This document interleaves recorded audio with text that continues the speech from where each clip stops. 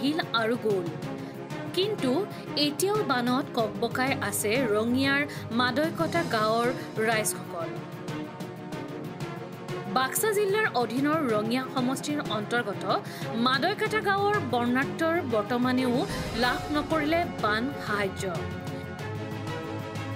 কোনোৱে যদি বিচনাৰ ওপৰত বিচনা জোৰা দি আশ্ৰয় লৈছে, আন কোনোৱে আকৌ ওখ স্থানত আশ্ৰয় লৈছে। এক অভাৱনীয় পৰিস্থিতিৰ মাজতে দিন অতিবাহিত কৰিবলৈ বাধ্য হৈছে বানাক্ৰান্ত ৰাইজ। শিশু বৃদ্ধ মহিলাসকলৰ মাজত এসাঁজ খাদ্যৰ বাবে হাহাকাৰ লাগিছে। উদ্ধাৰ অভিযানৰ বাবে উপস্থিত নহল কামৰূপ প্ৰশাসন আৰু বাক্সা প্ৰশাসন। কলৰ বুৰ বান্ধি বিপদসংকুল যাতায়াত কৰিছে বানাক্ৰান্তই। বানত ক্ষতিগ্ৰস্ত লোকসকলৰ 12 দিনৰ পিছতো খবৰ ল'বলৈ আহৰি নহল জনপ্ৰতিনিধি। এই বানত অৰ্ধশতাধিক পৰিয়ালৰ ঘৰ-দুৱাৰ বিনষ্ট হৈছে। মূল পথৰ ওপৰত একোকাল পানী, যাতায়াত বন্ধ হৈ পৰিছে। ওখ স্থান বিচাৰি হাহাকাৰ লাগিছে বানাক্ৰান্ত ৰাইজৰ। পানীৰ ওপৰতে জীৱ-জন্তুৰ লগত সহাৱস্থান কৰিব লগা হৈছে জনসাধাৰণে। বানত নষ্ট হৈছে হাজাৰ হাজাৰ বিঘা মাটিৰ খেতি।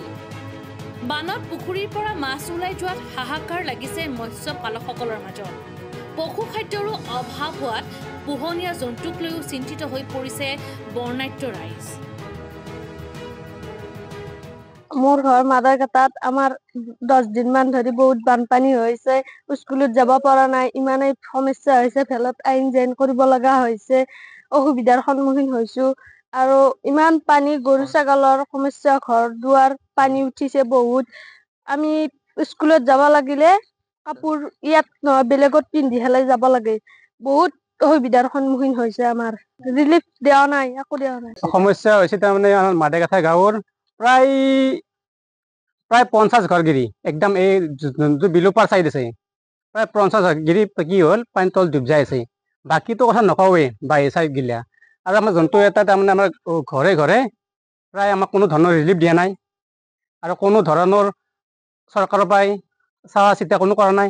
আৰু আমাৰ যোনটো ৰাস্তা আছে, সেই ৰাস্তাটো কোনো ধৰণৰ আজি তাৰিখলৈকে প্ৰায় আজি 15-20 বছৰ হৈ গ'ল, ইয়াতে কোনো চৰকাৰৰ ফালৰ পৰাই এক চপৰা মাটি দিয়া নাই।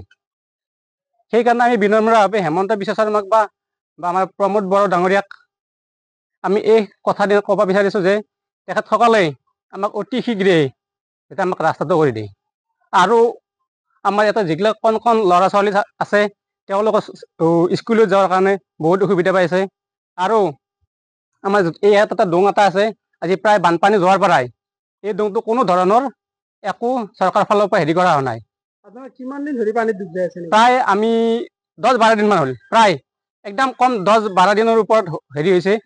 সেইকাৰণে আমি চৰকাৰক অনুৰোধ কৰিছোঁ যে তেখেতসকলে অতি শীঘ্ৰে আমাক এইখিনি ব্যৱস্থা কৰি দিয়ে যেন। প্ৰশাসনৰ কোনোবা মানুহ বা বিটিআৰ চৰকাৰৰ অসম চৰকাৰৰ কোনোবা আহিছে নেকি? নাই, ইয়াত কোনো অসম চৰকাৰৰ বা বিটিআৰ চৰকাৰৰ কোনো ধৰণৰ ইয়াত যোগাযোগৰ বা ব্যৱস্থা বা কোনো ৰাস্তাৰ অহা যোৱাৰ কাৰণে কোনো ধৰণে একো হেৰি কৰা নাই তেওঁ।